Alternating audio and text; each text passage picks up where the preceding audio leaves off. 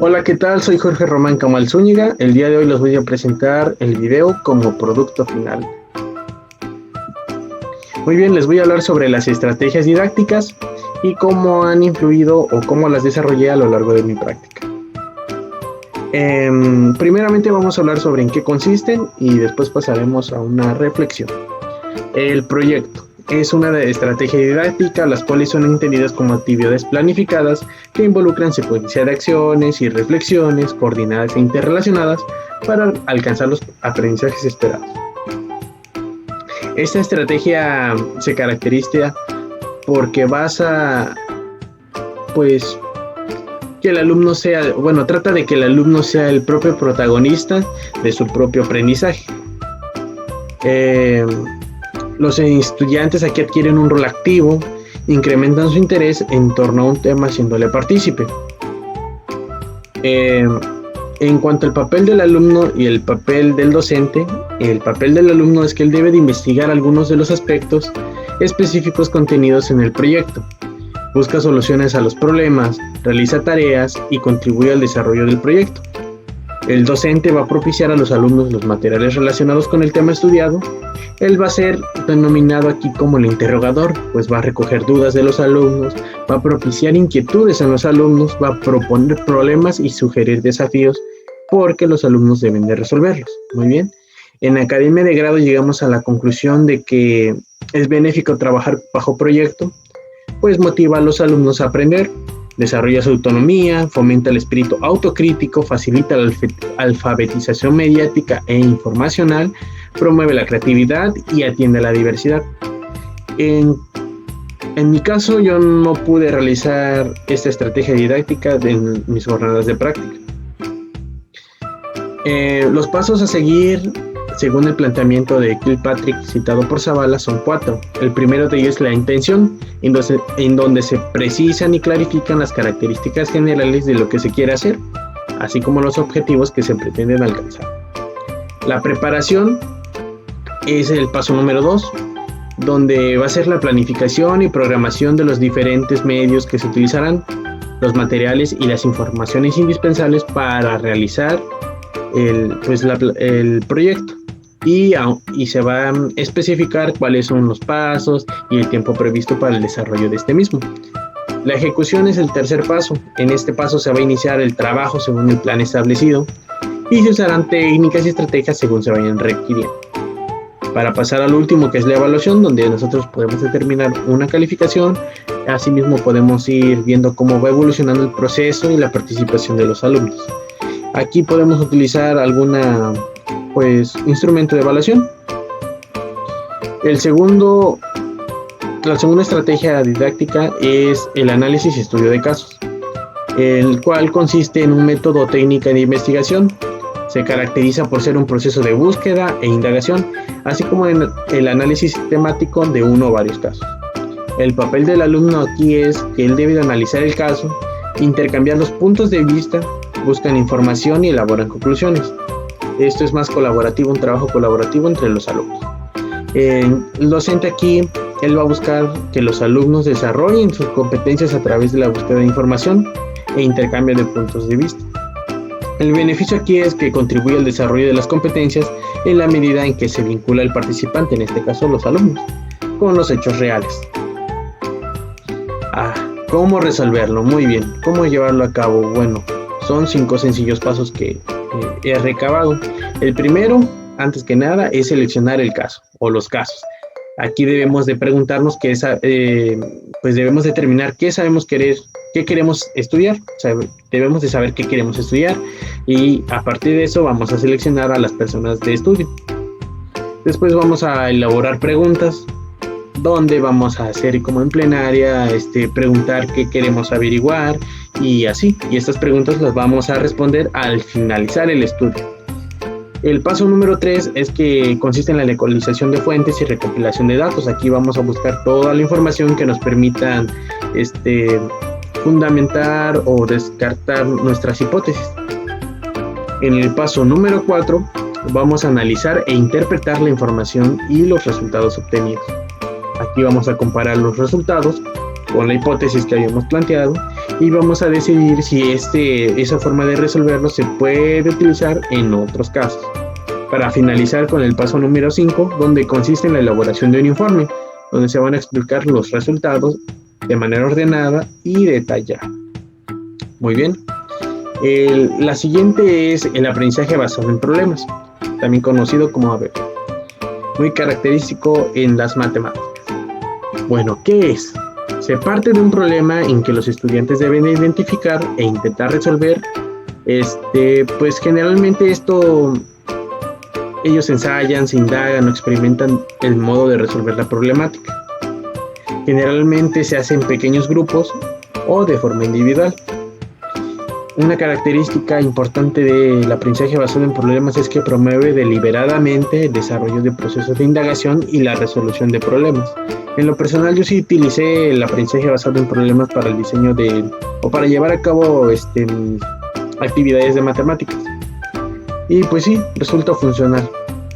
En cuanto al papel del alumno, pues se analiza el caso y se intercambian puntos de vista, buscan información y elaboran conclusiones. Aquí, por ejemplo, cuando hay una problemática, por ejemplo, yo con mis alumnos había puesto que resolvieran cuánto sería, un problema matemático de división.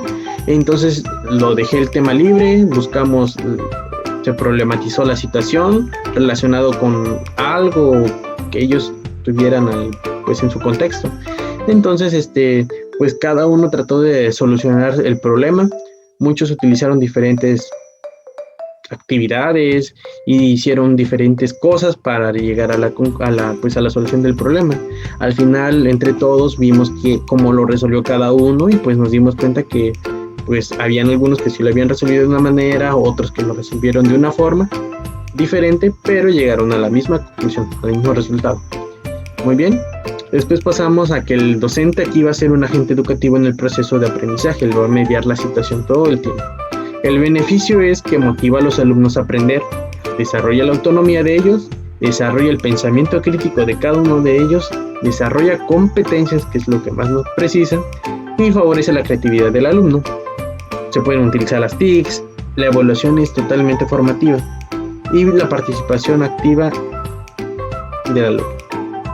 Para diseñar una situación así, pues tiene pasos. El primero de ellos es que hay que diseñar el problema, vamos a problematizar una situación y vamos a pedir que los alumnos resuelvan esta situación problematizada.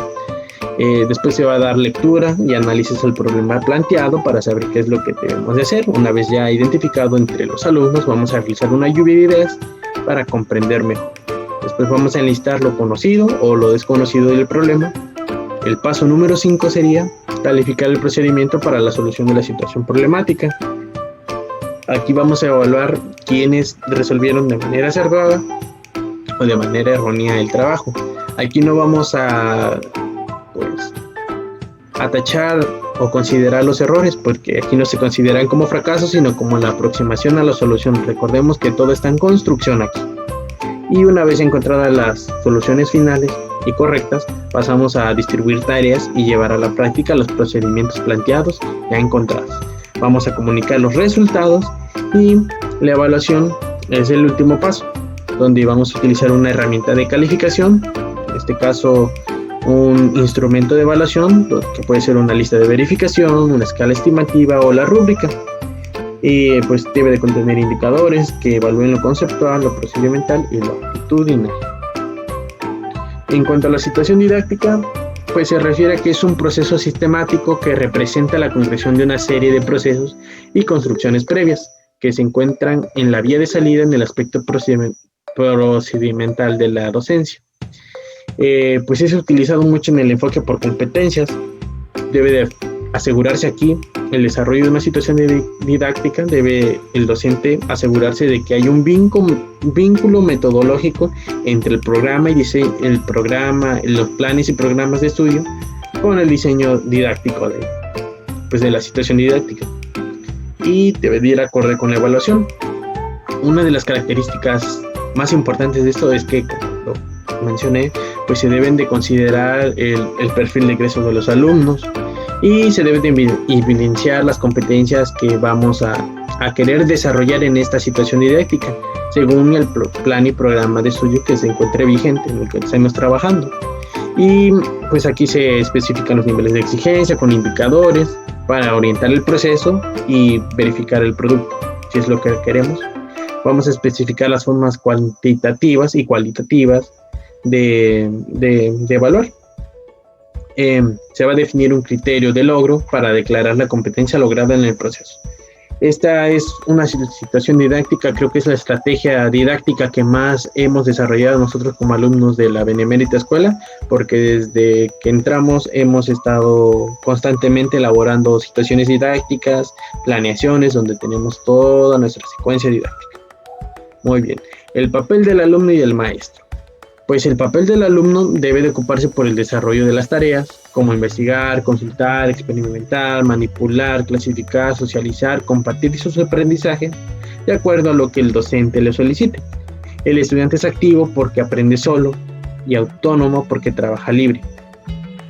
En cuanto al docente, debe de escuchar los intereses de los alumnos y orientarlos. El beneficio aquí es que permite el desarrollo de las competencias para la vida y el logro de los rasgos de perfil de egreso de los educandos. Pues las clases aquí magistrales aumentan la complejidad de interrelación de sus elementos. Aquí sí podemos vincular otras asignaturas, también tiene la flexibilidad de poder hacer situaciones didácticas que se apeguen pues el plan y programa, los objetivos de los planes y programas del perfil de egreso. Aquí favorece el pensamiento complejo y a la resolución de problemas, favorece la practicidad, los tipos de situaciones didácticas deben estar bien definidos. Los pasos para realizar una situación didáctica. El número 1, el más importante, es que elegir el segmento curricular que se vaya a trabajar. Vamos aquí a determinar de qué grado se trata, el plan en el que estemos trabajando y pues los segmentos curriculares que vayamos a utilizar de él. Vamos a definir el abordaje metodológico del contenido programático a desarrollar. Vamos a elegir un nombre atractivo para la estrategia. Vamos a redactar el propósito de la actividad. Vamos a definir el procedimiento en términos de inicio, desarrollo y cierre, que ya viene ya la secuencia didáctica. Vamos a elegir una forma de evaluación. Vamos a redactar los indicadores tanto del proceso como del producto. Se va a elegir y se va a diseñar la herramienta de calificación a partir de estos indicadores y se va a definir el nivel de logro de acuerdo a la herramienta calificada. Ok, la última es la exposición didáctica. ¿En qué consiste? Pues es la presentación de un tema, lógicamente estructurado, en donde el recurso principal es el lenguaje oral, aunque también puede ser el lenguaje escrito. Bueno, un texto escrito. El papel del alumno aquí es que él va a recibir la información conceptual y la adquiere a través de la presentación oral del docente. En este caso, el docente va a organizar y mediar la información a través de la presentación oral.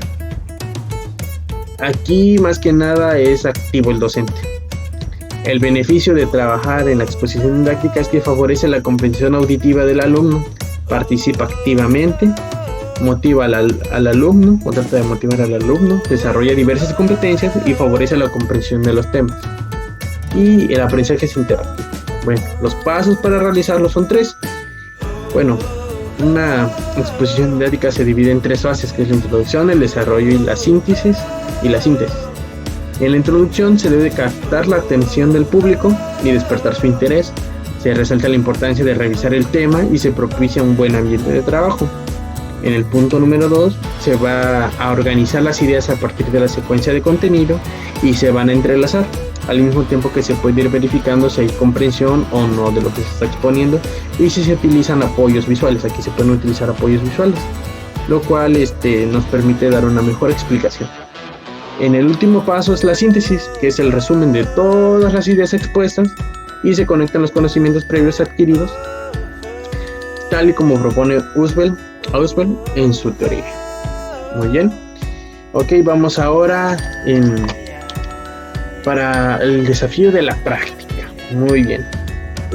Antes que nada quisiera hacer una pregunta reflexiva que sería cómo aplicar las estrategias didácticas en el contexto donde voy a elaborar. Pues aquí esta pregunta creo que es muy importante saber, porque aquí viene lo que es el desafío de mi práctica, mi experiencia. A través de ello, bueno, pues yo trabajé en la región de los Tuxtlas, en el municipio de Catemaco, Veracruz, en una escuela primaria llamada Licenciado Adolfo Moreno, Federal, en el grupo de tercer año de primaria. Pues yo creo que para realizar todas las estrategias es importante considerar también el contexto. ¿Por qué es importante considerar el contexto? Porque hay, por ejemplo, actividades que no se pueden desarrollar o exigen más tiempo o exigen algo presencial para desarrollarlas. Como por ejemplo, yo no pude desarrollar el proyecto porque pues no tenía una comunicación sincrónica con los alumnos. Sin embargo, tuve la fortuna de trabajar con los alumnos pues de manera sincrónica también. Pero la problemática aquí es que como estudiante practicante no conoces en su totalidad el grupo, a pesar de que vas a hacer observaciones, no te quedas con el conocimiento general de cómo está el contexto del grupo, cómo están trabajando, cuáles son las particularidades de cada uno de los alumnos. Aquí en este caso, en cuanto al alfabetismo, a la alfabetización, me encontré un caso muy particular, el caso de una niña llamada Antonia, la cual pues vive en condiciones precarias, pues tiene muchas limitantes para poder alfabetizarse. La niña a estas alturas no sabe leer ni escribir correctamente, no comprende los textos, incluso cuando el lenguaje verbal tampoco no lo puede comprender muy bien, pues su familia viene de padres analfabetas, ambos son padres analfabetas, y pues tienen raíces indígenas, según lo que me decía mi maestra tutora, lo cual es una limitante para la niña.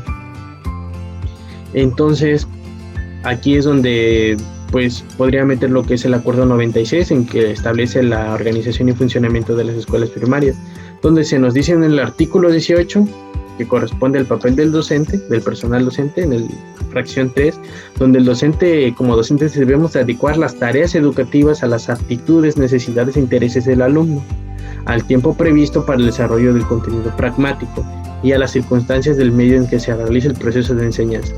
Por eso es importante considerar el contexto para realizar las estrategias pertinentes para lograr los objetivos. Es aquí donde yo podría decir que a veces como docente, practicante, tienes esa limitante porque no puedes desarrollar al 100% un proyecto, porque pues tienes a lo mejor una sesión a la semana, una sesión al día, y esa sesión al día tal vez son de 20 minutos, 10 minutos, entonces hay que buscar las mejores situaciones para poder actuar de mejor manera.